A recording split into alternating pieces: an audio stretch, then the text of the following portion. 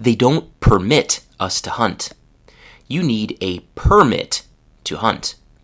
Have you ever noticed that some English words can be pronounced in two different ways, one with the stress on the end and the other with the stress in the beginning? What does this mean? These double pronunciations of words happen often enough that if you want to reach advanced English, you really do need to learn them. Thanks for listening to Master English with Tim, the podcast where every Monday you can learn English in depth and detail and without ever hurrying, so you can speak and understand English at a more advanced level. Okay, let's come back to our pair of sentences from the start of the episode. We will look closely at each sentence now. 1. They don't permit us to hunt.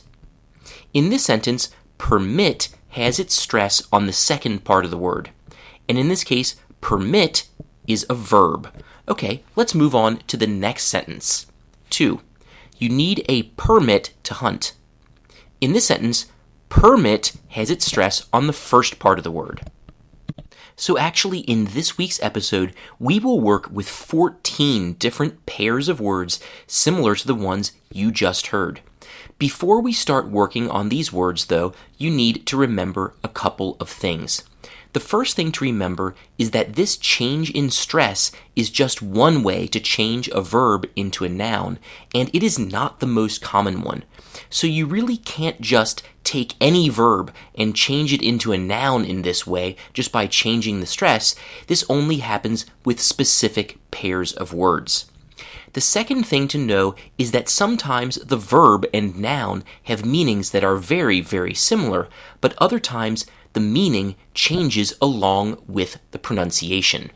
Okay, let's start now with the words whose meanings change only very little after they change from verb to noun.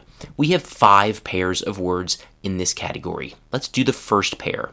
Verb, permit. Noun, permit. Permit, with stress on the end of the word, is a verb. If you permit someone to do something, you let them do something or allow them to do something. In fact, we usually talk about what is not permitted, and we use it in the passive voice. For example, smoking is not permitted in airplanes or in gas stations. Hunting and fishing are not permitted in a lot of parks, and so on. On the other hand, permit, with stress on the first half of the word, is a noun. A permit is a document that the government gives you that allows you to do something that you usually cannot do. For example, if you want to hunt, you need to get a hunting permit from the government. If you want to fish, you need to get a fishing permit. All right, now we're ready for the second pair of words whose meanings do not change much. So, first we have the verb, conflict, and the noun, conflict. So, imagine that you have a plan for Wednesday morning at 9 a.m. You plan to go to your dentist so she can clean your teeth. And you have a second plan for Wednesday morning. Your plan is to meet your best friend for coffee. And your coffee date is not just on Wednesday morning, it's at 9 a.m. on Wednesday, the same time as your dentist's appointment. So in this situation, your dentist's appointment and your coffee date conflict with each other. If two plans conflict, it means that they do not agree with each other. Again, remember that the stress is on the second syllable, conflict, and here we have a verb. Another thing that could conflict is two different people's description of a crime that they saw happen. One person says that they saw a tall man steal a woman's bag. Another person says that they saw a short woman steal the woman's bag. So these two stories conflict with each other. You could also say that there is a conflict between the coffee date and the dentist's appointment, or that there is a conflict between the two people's stories about the crime. As you can hear, when it's a noun, conflict has stress on the first part of the word. Okay, let's move on to the next pair. So, verb, record. Noun, record. If you record something, it means that you write it or take a picture of it, or use, for example, your telephone to make a copy of the way something sounds so you can listen to it later. And so you can record music. If you record music, you have a microphone and a device that remembers or records the sound so you can listen to it later. I've personally never recorded music, but I have recorded over 100 episodes of this podcast, and I usually record late on Sunday evening. We use the noun reject, on the other hand, to talk about people that no one likes or no one wants to talk to. Somebody might be a reject because they smell bad or because they say mean or stupid things to people. Okay, now we are done with words whose meanings don't change much when they change from verbs into nouns. We have two pairs of words that have significant but not massive changes in meaning. Let's work on the first pair. So verb, refuse. Noun, refuse. So refuse and refuse. So the verb refuse is similar in meaning to reject, but usually we refuse to do something. So we reject something, but we refuse to do something. If you refuse to do something, you say, no, I will not do it. Sometimes kids refuse to do their homework. Some people refuse to go to war. Other people refuse to go to work after 6 p.m. or on the weekend. Other times, people refuse to listen to each other. The noun refuse, on the other hand, is used to talk about trash or garbage. A record, on the other hand, is a document or paper which shows that something happened. For example, when you went to that cafe with your friend and bought your coffee, the person who sold it to you gave you a small piece of paper with your name on it, what you bought at what time, and maybe part of your credit card number. That little piece of paper is a record of the sale. And you went to the dentist, her receptionist probably also wrote down in the computer when you visited. That note in the computer is also a record of your visit. Okay, now let's do the final pair in this group. Verb, reject. Noun, reject. If you reject something, then you say, no, I don't want that, or I don't believe that. If you are looking for a job and a company tells you, hey, we want you to work for us, but they only offer you a very small salary, you should probably reject that job offer or say no to it. And if you have a small child in your house, you know that small kids often reject the food that you serve them. Actually, listen to the verb and the noun closely. There are two differences between them. The verb is refuse, with the stress on the second syllable and a z sound at the end, while the noun refuse has stress on the first syllable and a s sound at the end. So again, refuse and refuse. If your roommate refuses to take out the refuse, soon your whole house or apartment will smell. And of course, you should never throw refuse on the ground. Instead, you should throw it in a special container for it, a refuse bin. Okay, now let's do the second pair in this group. First, we have the verb initiate and noun initiate. If you initiate a process, you start it. A person who initiates a divorce is the person who first started the process by saying they wanted to end the marriage. Or if you initiate a conversation, you are the person who started talking. Not many people are good at initiating conversations with strangers, but I personally am better at it now than I was 20 years ago before I initiated my career as an English teacher. So listen now closely one last time to the word initiate. Again, initiate. You can hear how the last sounds of this word are A and T. We can clearly hear the vowel A. When this word becomes a noun, though, that A sound becomes I. So the new word, the noun, is initiate. An initiate is a person who has just entered an organization or just started learning about something. So if you have a karate class and you are a fresh initiate, then all the other people who have been practicing longer will be able to easily beat you up.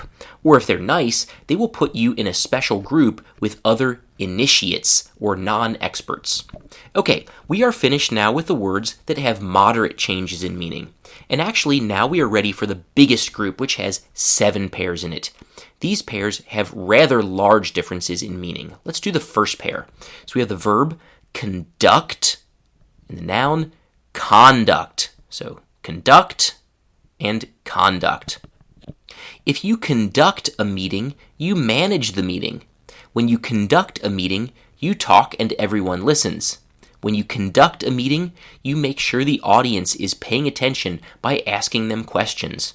When you conduct a meeting, you answer people's questions about what you've spoken about. On the other hand, a person's conduct is their actions or their behavior. When you're in school, you get grades for your classes. If you do well in mathematics, you get an A. Maybe you get a grade or note of B in English. And in some schools, you get also a grade for conduct.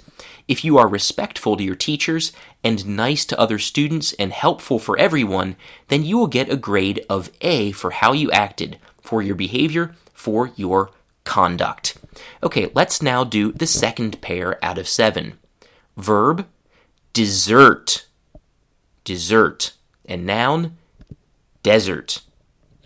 If you desert someone or something, you walk away from it and plan never to come back. For example, if a soldier decides he wants to stop fighting and not even be part of the army anymore, then he will take off his army clothes, put on normal clothes, and walk away from the fighting and into a different life. If a soldier does this, then he deserted the army. Sometimes, even more sadly, a mother or father deserts their children. That means that the parent runs away from the children and stops taking care of them. A desert, on the other hand, is a piece of land where almost no rain or snow falls. Usually in deserts, the ground is made of sand and rocks like on a beach. All of the planet Mars is a desert because it never rains there. The driest desert on Earth is the Atacama Desert in Bolivia, where no rain has fallen in over 100 years. Okay, now we can do the third pair of 7. This pair is unusual because actually we change not from a verb to a noun, but instead from verb to adjective. So verb, perfect, and adjective, perfect. If you perfect something, you take away all of its mistakes or problems. A lot of people want to perfect their English. If you perfect your English pronunciation, you sound like a native speaker. If you perfect your grammar, then you know and use every construction and stop making mistakes. If you perfect your vocabulary, you know every meaning of every word and every expression. Personally, I think perfecting your English is a great goal only if you have lots and lots of free time. A better and more realistic goal than perfecting your English is just improving it. More common than the verb perfect is the adjective perfect. If something is perfect, you cannot make it better because it has no problems and no mistakes. I remember the Christmas cookies my mom used to bake. They were perfect. I would not change anything about them. If your English is perfect, that means you know every word, every meaning of every word. You know every expression, every grammatical construction, and so on, and can use all of these things quickly and without thinking about them. Now let's move on to the fourth pair out of 7. This one is also unusual, but for a different reason. It's because we have a verb and also a noun and an adjective. So 3 forms, 3 parts of speech instead of 2. So the verb is present, and the noun and adjective are present. So verb, present, noun, present, adjective also present. If you present something to someone, you give it to them, usually as a gift. So when a friend moves into a new house, you might present them with a bottle of wine or something they can put in their house to decorate it, like a picture of you together with your friend. And if a teacher is retiring, then the students and other teachers might present that teacher with a book of all their best memories of their time together. A present, on the other hand, is the thing that you give to that person. So that bottle of wine that you gave them was a present. The photo you gave to your friend was a present. The memory book you gave your teacher was also a present. Present can even be an adjective. If a person is present, they are here. In one of my English classes that I teach in the evening, for example, I have 20 students. Usually about 15 of them are present, and about 5 of them are absent because of work or sickness. Okay, now let's do the fifth pair of 7. Verb, contract. Noun, contract. If something contracts, it becomes smaller. If the economy contracts, that means that people and businesses earn less money. If a city's population contracts, that means that the population gets smaller, maybe because people died or maybe because people desert the city or leave it. Also, most materials contract when they get cold. Gases especially contract when they get cold. But a few materials, for example, water, actually get bigger when they get cold. A contract, on the other hand, is an official agreement between 2 or more people. When you start working for a new company, you need to sign a contract to start that work. When someone does work on your house, for example, if they fix your roof, then you sign a contract with them about the price and how long the work should take and what happens if the workers make a mistake. Now we can move on to the 6th pair. The verb is object. Object. And the noun is object. If you object to someone's words or actions, then you say very clearly and directly that you dislike what they have said or done. You say that it is wrong. For example, if you say that smoking isn't really that bad for your health, then your doctor will definitely object to what you say. Or if your roommate takes your car keys and drives to the supermarket without asking you, then you would object to what they did. You would not just feel that it's wrong, you would also say it's wrong to that person. An object, on the other hand, is any physical thing that is not alive. So a dog or a baby is not an object. But a stone is an object. A computer is an object, and a car is also an object. And finally, now we have the 7th and last pair. Verb, subject. Noun, subject. If you are subject to something, then you are affected by it in a way that you cannot control. If you plan to go on a picnic with friends, then your plans are subject to the weather. Everyone and everything is subject to the laws of physics. For example, no one can go faster than the speed of light. We are all subject to that specific rule. A subject, on the other hand, is anything that we talk about. So if you are talking about last night's football game, then that game is the subject of the conversation. If you're talking about Shakespeare in your English literature class, then Shakespeare is the subject of the lecture. And if a book is about ancient history, then ancient history is the book's subject. Okay, that is all of the pairs, and that is all for this week. Thank you so much for listening, and I will see you all next week.